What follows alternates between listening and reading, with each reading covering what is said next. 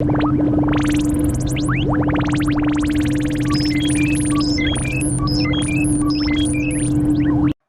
buenas, soy Jaime de la Rosa, traumatólogo del Hospital Costa del Sol, y hoy os voy a dar una charla sobre el tratamiento del primer episodio de inestabilidad patelo-femoral.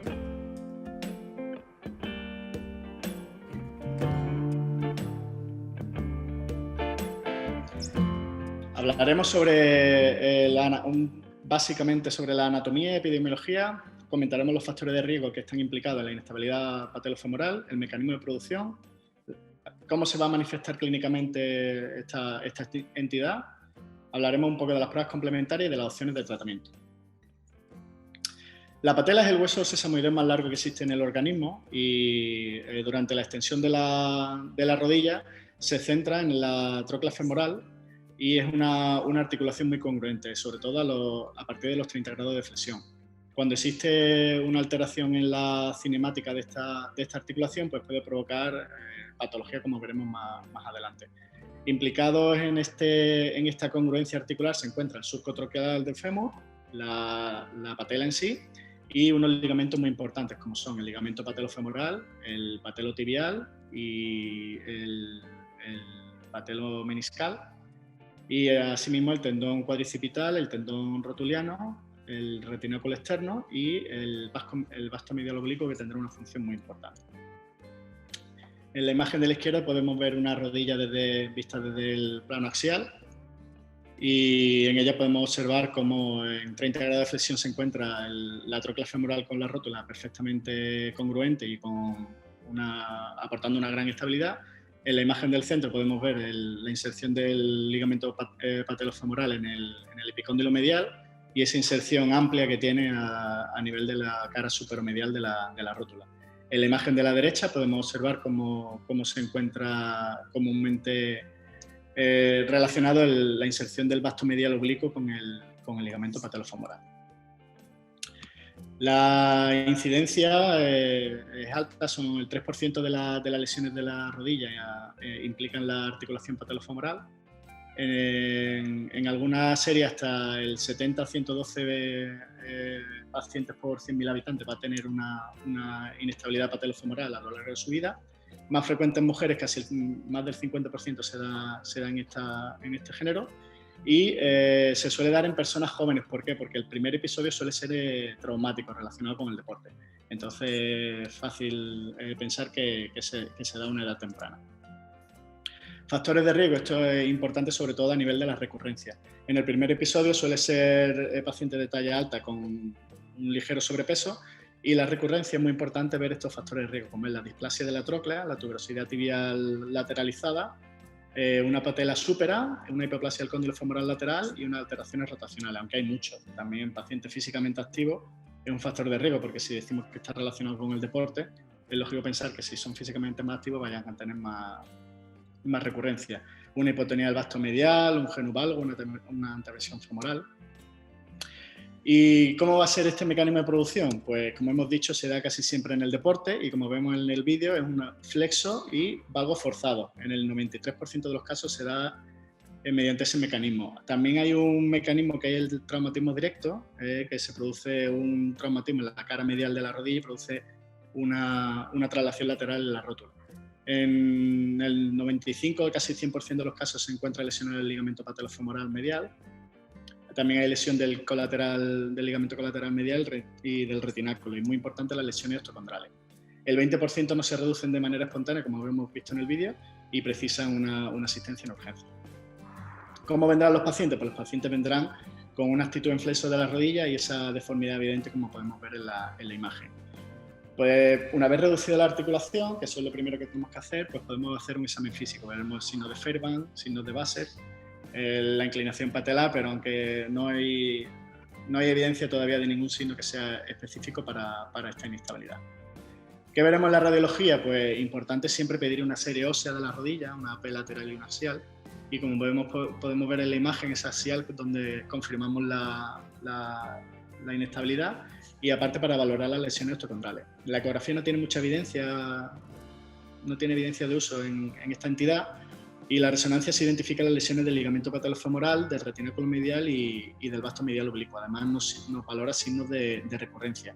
Y el TAP, pues confirmamos la lesión osteocondral y también sirve para valorar los signos de recurrencia. ¿Cómo valoramos la recurrencia? Pues tenemos estos factores de riesgo mayores que son importantísimos de descartar en el primer episodio, como la displasia troclear, el aumento de la distancia entre el surco troclear y la tuberosidad tibial anterior, patela súpera y la inclinación patelar. Y hay algunos menores como el ángulo Q, la hipotonía del vasto medial oblicuo, displasia patelar, anteversión femoral o la hiperlasitud. Como podemos ver en la displasia troclear, el paciente, por ejemplo, que tiene el tipo A, pues va a tener mucha menos recurrencia que el paciente, por ejemplo, del tipo D. Vemos esa tróclea femoral que es convexa con la patela y tiene un mayor riesgo de inestabilidad. El aumento del TAGT, ¿qué significa? Pues indica que la tibia está en rotación externa. Y esta rotación externa implica que el mecanismo extensor se lateraliza hacia la parte externa de la rodilla y favorezca esta inestabilidad. La patela súpera implica que cuando la rodilla está en 30 grados de flexión, que como hemos dicho antes es el máximo contacto entre la tróclea y la patela, pues no se encuentra en el surco troclear y provoca que la articulación sea menos congruente y más sensible a la inestabilidad. Y la inclinación patelar, que indica una hipoplasia del vasto medial oblicuo. Deformidades rotacionales también están implicadas en la inestabilidad patelofemoral, como puede ser una anteversión femoral elevada, como se ve en esta niña, que tiene una cosa que se llama las kissing patela, o patelas que se besan, que son patelas que están rotadas internamente, y esto indica que tiene una anteversión femoral y puede provocar una alteración en la dinámica de la patelofemoral. En estos casos habría que hacer una osteotomía correctora, porque si le reducimos la rótula y le hacemos, por ejemplo, solo el ligamento patelofemoral medial, pues no corregimos la patología de base, que es una anteversión femoral excesiva. Y una vez que ya sabemos en qué consiste esta entidad, pues ¿cómo la tratamos? Eso es importante y está bastante discutido en la literatura. Y de hecho no hay mucha... Es un camino todavía que falta por recorrer, porque no hay mucho claro. Hay muchos artículos, que cada uno pues con series de casos, ensayos clínicos aleatorizados, pero realmente no se sabe si es mejor tratar conservador o quirúrgicamente, y esto vamos a intentar explicar ahora en esta serie de diapositivas. El tratamiento conservador siempre es sintomático, tendremos que reducir la inestabilidad y dar confort al enfermo mediante antiinflamatorio y analgésico. Se puede colocar una órtesis unas 2 semanas, no más de 2 semanas, porque se ha visto que más de 2 semanas provoca artrofibrosis, provoca hipotonía de los músculos y ligamentos y provoca una mayor intolerancia a la rehabilitación posterior, y carga completa con muleta. La fisioterapia tiene un papel importante en ganar la movilidad, mejorar el cuádriceps y el core y mejorar la capacidad para el return to play. Y el quirúrgico, cuando hay lesiones escondrales, está indicado, pero después, si no hay lesiones escondrales, ahí está más debatido y lo vamos a ver a continuación.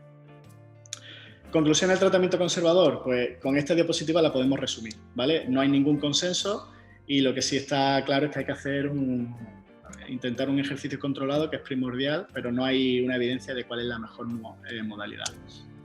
En cuanto a la inmovilización, hay 2 modalidades: una inmovilización con una ortesis o una inmovilización funcional con órtesis dinámica o incluso el taping.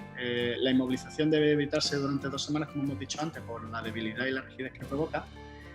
Y las órtesis dinámicas favorecen que la rodilla, en los 0,30 grados de extensión, de flexión, que no hay una congruencia entre la articulación patelofemoral, pues esté reducida. Y en cuanto al taping, pues no hay evidencia de que mejore el tracking patelofemoral. Hay algún estudio en resonancia que parece que tiene una mejor dinámica, pero varios autores no recomiendan su uso. Es verdad que es barato y fácil de aplicar y por eso ante la no existencia de ensayos serios que digan que no se debe hacer, pues se puede siempre aplicar. ¿Y qué rehabilitación vamos a hacer? Pues este es el esquema. Mejorar la movilidad, la resistencia, la fuerza, la potencia para conseguir una vuelta al deporte lo más segura posible. ¿Qué hacemos con la movilidad? Pues desde el día 1 se intenta movilizar la rodilla en extensión para evitar adherencias y estas artrofibrosis. La resistencia, pues realizamos programas de resistencia como veis en la tabla superior derecha y el papel de la electroestimulación para mejorar el reclutamiento del cuádriceps y así mejorar la resistencia para intentar evitar el uso prolongado de las muletas. En cuanto a la fuerza, podéis ver ahí en esa tabla un esquema de un programa de fuerza y con el desarrollo de la fuerza lo que hacemos es aumentar la intensidad y mejorar la resistencia para conseguir un buen reclutamiento. En cuanto a la potencia, pues intentamos mejorar la fuerza y la velocidad. Son ejercicios que cansan mucho, entonces siempre hay que dejar 2 días de descanso porque se tratan de ejercicios de alta intensidad, como podéis ver en ese ejemplo de la tabla. ¿Y qué Return to Play aportamos? Pues solo hay varios ensayos clínicos y no sacan nada en concluyente. Y lo que sí dicen que tenemos varias herramientas para valorar el Return to Play, que es la fuerza simétrica en las extremidades, como se hace en la cirugía del ligamento cruzado, el rendimiento funcional y la estabilidad dinámica. Nunca se debe usar una herramienta de manera aislada y sí hay evidencia de que los ejercicios específicos deben aportarse de manera temprana, o sea, jugadores que vuelvan lo más pronto a su puesto habitual porque les aumenta la confianza y mejoran la capacidad de vuelta al deporte. ¿Y qué resultados obtenemos con el tratamiento conservador? Pues depende de la edad del paciente. La edad es el factor más pronóstico más importante en este tipo de lesiones. Cuanto menor es el deportista, pues más riesgo de recurrencia tiene, ¿vale? Podemos ver que con menores de 15 años tiene más del 40% de recurrencia y a partir de los 18 baja casi la mitad. Este estudio de Zhang nos indica que a 5 años la incidencia de reluxación es del 35% y como podemos sospechar, pues es mayor este riesgo de recidiva en menores de 18 años cuando hay factores de riesgo como displasia troclear, un TAGT mayor de 20 o una patela súpera o cuando está roto el ligamento patelofemoral medial en la zona femoral. Y como dijimos, pues como conclusiones no hay consenso y el ejercicio controlado parece primordial, aunque no nos dicen qué tipo de modalidad es la más adecuada para este tipo de lesiones. En cuanto al quirúrgico, el quirúrgico está un poco más claro cuál es el que sí se tiene que hacer, que es cuando hay una lesión osteocondral que se puede sintetizar, siempre hay que operar, pero tampoco tiene muy buenos resultados. El 95% del primer episodio va a tener una lesión osteocondral. En la mayoría de los casos no tiene entidad suficiente para ser sintetizable y siempre que se pueda debemos fijarla. Y solo fijar la lesión osteocondral, pues parece sensato que si más del 95% de los pacientes que tienen una inestabilidad patelofemoral tienen roto el ligamento patelofemoral, pues ya que vas a reparar la lesión osteocondral, pues que lo asocies a una reparación, una reconstrucción de este ligamento para así evitar el riesgo de recurrencia. Porque si no asocias una reparación o una reconstrucción del ligamento patelofemoral, el riesgo de recurrencia es mayor al 60%. ¿Y hay algún papel para la cirugía en el primer episodio? Pues sí, cuando el paciente tiene la lesión osteocondral, pero después, si no tiene una lesión osteocondral y lo comparamos con el tratamiento conservador, pues ahí ya parece que la literatura no nos aporta mucha evidencia. En este estudio de Regalado, que es un ensayo clínico sobre 36 pacientes con una luxación aguda, a 20 le realizan un tratamiento conservador y a 16 le hacen cirugía, que simplemente es reducción y la reparación del retináculo medial y el patelofemoral. Hay mayor incidencia en los pacientes con tratamiento conservador De hecho, a los 6 años tiene un 73% de recurrencia, pero es que en el quirúrgico es casi el 33% a los 6 años. O sea, 1 de cada 3 que se operan a los 3 años a los 6 años va a tener un mínimo un episodio más de recurrencia. Este ensayo clínico de Petri compara 20 pacientes con luxación aguda y le hacen 10 y 10 tratamiento conservador y 10 cirugía. En el árbol de tratamiento conservador, el 37,5 tiene una luxación a los 2 años y en el árbol de cirugía pues el 16,7%, y termina diciendo pues que se necesitan más estudios de nivel 1, que es lo que os dije en el anterior apartado. Esta revisión sistemática del hongo son 2.086 pacientes con 2.134 rodillas, y parece que la cirugía tiene menor tasa de recidiva, pero tiene 1 de cada 4, o sea, el 25% de los pacientes que se operan van a tener una recidiva a lo largo de los 2 años. Y el tratamiento conservador tiene un 36,4% de recidiva. Y este estudio de Askenberger, que compara lo mismo, reparación del patelofemoral y tratamiento conservador, que ellos hacen una ortesis durante 2 semanas y después un programa de rehabilitación normal, y ven que en la reparación el 22% tiene una recidiva y el 43% en el caso del tratamiento conservador, y que los test objetivos pues no se mejoran con la cirugía, tanto o sea, los test objetivos de rodilla, tanto subjetivo como objetivo, pues no mejoran con la cirugía.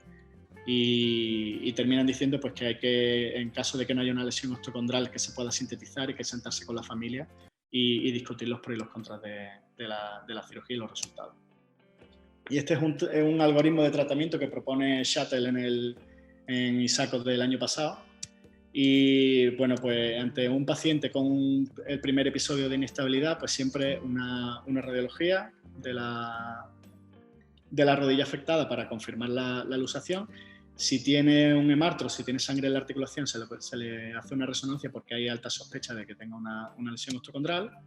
Y si tiene una lesión osteocondral sintetizable, pues ¿qué podemos hacer? Pues podemos fijar la lesión osteocondral y sintetizar, reparar o reconstruir el ligamento patelofemoral, que con eso intentamos evitar el riesgo de recidiva, o fijar la lesión osteocondral y hacer en una cirugía secundaria la corrección de los factores de riesgo, como dijimos, la displasia troclear, el aumento de la TAGT o la patela súpera. Si no tiene lesión osteocondral, ya el tratamiento es un poquito más complejo y podemos hacer un tratamiento conservador y un seguimiento cercano del paciente. Podemos hacer una reparación-reconstrucción del patelofemoral, aún así sabiendo que más del 20% de los pacientes van a tener una recurrencia. Y como decían en el estudio de Askenberger, que evaluar cada caso y los factores de riesgo de cada paciente y sobre todo discutirlo con la familia y saber dónde nos vamos a mover. Esta es la técnica que usamos el doctor Nogal y yo para la reconstrucción del ligamento patelofemoral. Vemos ahí la obtención del recto interno, que es un tendón suficiente para la exigencia del patelofemoral, no hace falta coger el semitendinoso. Ahí vamos al acceso posteromedial sobre la rodilla para localizar la inserción supracondílea del tendón aductor mayor.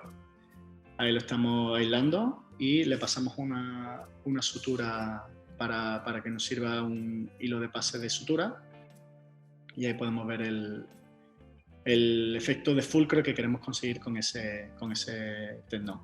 Después vamos a la parte superomedial de la rótula y localizamos el retináculo medial, pues la capa 2-3, que es donde tiene que ir nuestro ligamento patelofemoral. Pasamos ese hilo de sutura por esa capa 2-3 y ya la tenemos referenciada. Ahí podemos ver el detalle cómo ese tendón aductor mayor nos va a servir de fulcro. Realizamos la colocación de los implantes en la parte superomedial de la rótula, son 2 implantes de 1,4, todo sutura, o sea, no queda ningún material extraño dentro. Y una vez que hemos colocado los implantes, pues aislamos la sutura y colocamos nuestra plastia que hemos cogido y hemos preparado para que sirva para la reconstrucción del ligamento patelofemoral. Ahí tenemos la plastia y la anudamos a los implantes colocados en la rótula.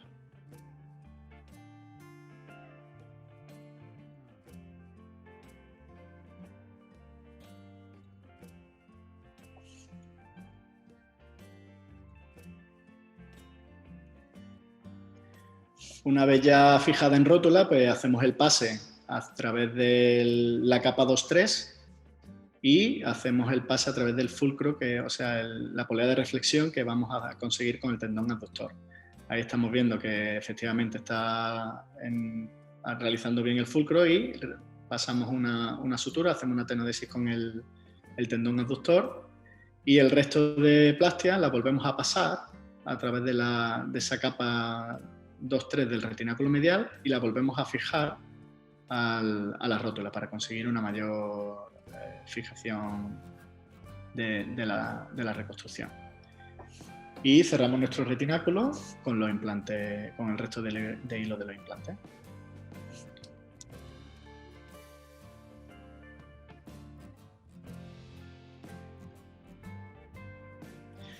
Pues, ¿qué mensaje nos llevamos para casa? Pues que el paciente que en el primer episodio tiene una inestabilidad patelofemoral, pues siempre realizar una radiografía para confirmarla y en el caso de que tenga un hematro, realizar una resonancia porque hemos dicho que los casos de lesión osteocondral son altos cuando hay un hematro en la rodilla.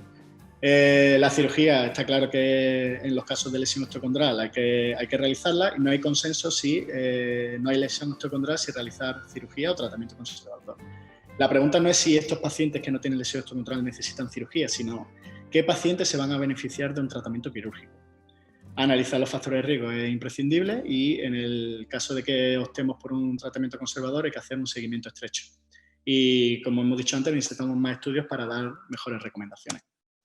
Muchísimas gracias.